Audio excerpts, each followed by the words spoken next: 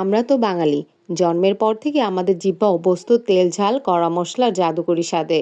একটু কষা মাংসের ঝোল আর গরম ভাত না হলে আমাদের ঠিক তৃপ্তিটা আসে না। ঠিক এই কারণে হালকা মশলার বা সিদ্ধ টাইপের বিদেশি খাবারগুলো আমাদের পাতে দিলে কেমন যেন পানসে লাগে। ঠিক মন ভরতে চায় না। কিন্তু রান্নায় যদি একটু ভিন্নতা আনা যায় তবে কেমন হয়? তাই আজ আমি প্রথাগত পেশোয়ারি বিফ রান্নার সেই হালকা ধাঁচটাকে একটু বদলে ফেলার সিদ্ধান্ত নিলাম।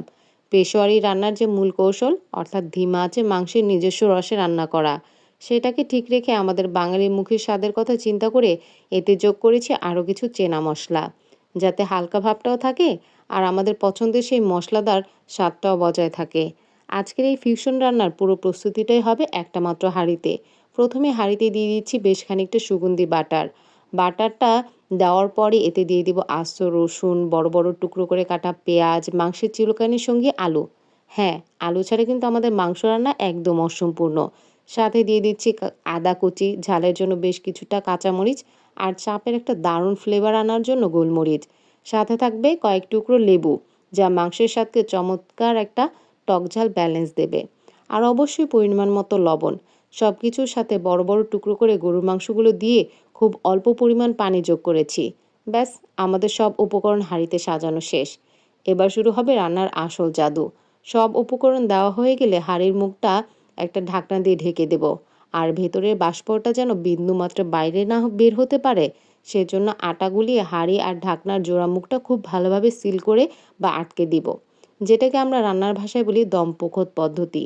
এই আটার সিলটাই ভেতরে সব মশলা, বাটার আর মাংসের রসকে একসাথে বন্দি করে রাখবে।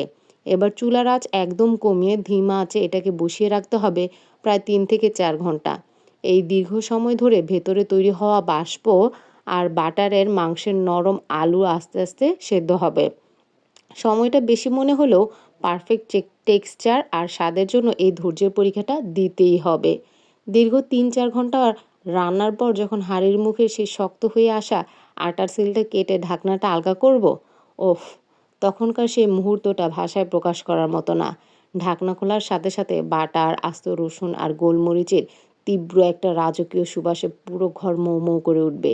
দীর্ঘক্ষণ দমে থাকার কারণে মাংসের ভেতরে ফাইবারগুলো একদম ভেঙে মাখনের মতো নরম তুলতুলে হয়ে গেছে। আর আস্ত রসুন আর আলুগুলো মশলার রস শুষে নিয়ে একদম পারফেক্টলি সেদ্ধ হয়েছে।